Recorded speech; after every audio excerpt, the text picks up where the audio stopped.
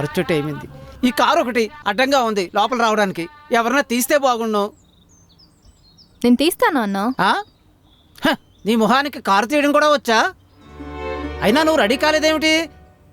ఏమే ఏంటండి? అమ్మాయిని రెడీ చేయవే, పెళ్లివారొచ్చే టైం అయింది. అబ్బా నువ్వు రావే, నీకెందుకు ఇవన్నీ? రా. ఇలా క్యాబ్లో వెళ్లే బదులు హాయిగా కారు కొనొచ్చు కదరా. ఎప్పుడు కావాలంటే అప్పుడు బయటికి వెళ్ళొచ్చు. అబ్బా మీరు ఊరుకోండి.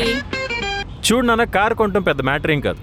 కానీ ఇప్పటికే ఈఎంఐలు కట్టలేక, ఇంటి ఖర్చులు చూసుకోలేక, క్రెడిట్ కార్డ్ బిల్స్ క్లియర్ చేసుకోలేక నానా. ఇప్పుడు కొత్తగా కారు కొనాలంటే నా 2 కిడ్నీలని ఇడ్లీలు అమ్మినట్టు అమ్మేయాలి. అమ్మేయమంటావా? అబ్బా వద్దులేరా, క్యాబే బాగుంది. క్యాబ్ అయితే పైగా నడపాలి, అదనపు ఖర్చులు కూడా. మా సంగతి సరే కానీ కనీసం నీ పెళ్ళయ్యాకైనా కనీసం నీ పెళ్ళాం కోసం కారు కొంటావా లేదా అది చెప్పు. నానా ఒక్కసారి రియాలిటీలోకి వచ్చి ఆలోచించు. క్యాబ్ అనుకో 300తో అయిపోద్ది. అదే నేను కారు తీసుకున్నా అనుకో, నెల నెల నేను వాడినా వాడకపోయినా 30,000 ఈఎంఐ కట్టాలి. 300 నయమా 30,000 ఈఎంఐ నయమా? 300 క్యాబే నయ్యరా. అయినా నేను అడిగిన క్వశ్చన్ అది కాదు నానా. ప్రస్తుతం మనం ఉన్న స్తోమతికి కార్ అనేది నేను భరించలేను. ఇక ఫ్యూచర్లో పెళ్ళం వచ్చిన తర్వాత అవసరమైతే అప్పుడు చూద్దాం.